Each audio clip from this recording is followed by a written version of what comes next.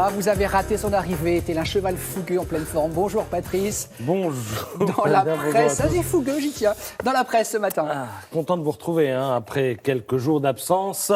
Me voilà de retour pour Jobé. Jobé, pour moi, ça consiste à lire la presse, dont je vous montre les unes. Ah, parce que je ne vous ai pas dit. Jobé, cela veut dire exercer un job.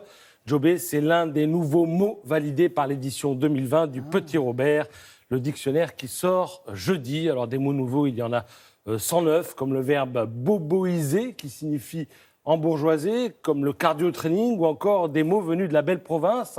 Je pense à enfiroiper. Enfiroiper, ça veut dire tromper, duper, entuber. C'est un mot familier, mais il est dans le dico.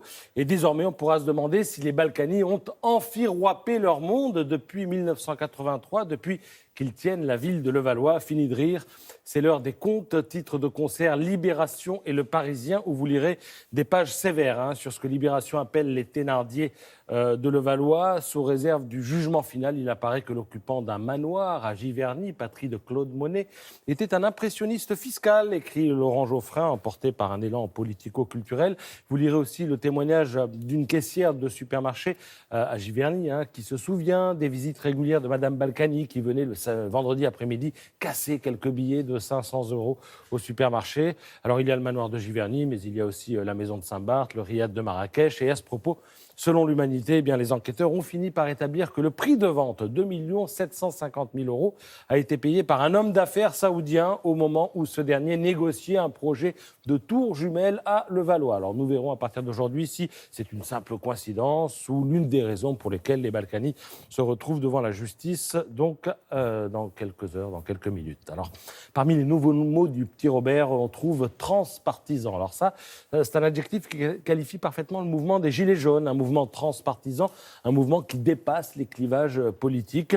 Et ce mouvement transpartisan donc, pose problème à la CGT qui, selon le Figaro, se cherche un avenir. 650 000 adhérents aujourd'hui, 2 millions dans les années 70.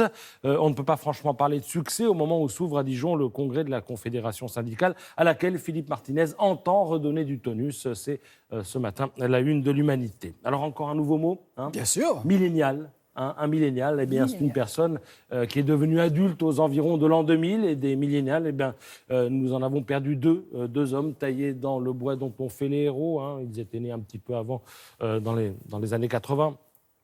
Moult papier ce matin, donc, pour revenir sur les vies exemplaires d'Alain Bertoncello et de Cédric Pierrepont qui ont donné leur vie pour sauver celle de touristes un peu légers sur les questions de sécurité. L'occasion de rappeler que nos militaires sont en Afrique pour mener une guerre dure et longue et non pas pour payer le prix de l'inconséquence, souligne ce matin Yves Tréhard dans l'édito du Figaro. Yves Tréhard pour qui ce n'est pas le soulagement qui domine, mais l'indignation aujourd'hui. Sinon, pour finir, d'aucuns diront qu'il y a matière à niaisage ce matin dans la presse. Ça, c'est québécois, ça. Oui, ça nous vient de la belle province. Oui. Le niaisage, nouveau mot dans le dico. Alors, c'est l'action de niaiser, de perdre son temps à des futilités, mais je ne reprendrai certainement pas la formule et ce mot, donc, niaisage, pour décrire les derniers soubresauts de la campagne européenne, parce que dans 13 jours, on vote, oui. Et pour faire court, parce qu'on n'a plus trop le temps, vous trouverez dans le Parisien un papier sur la remontada qui se fait attendre chez les Républicains, des déclarations très ambitieuses de Yann Brossa qui voit la liste communiste dépasser les 5%,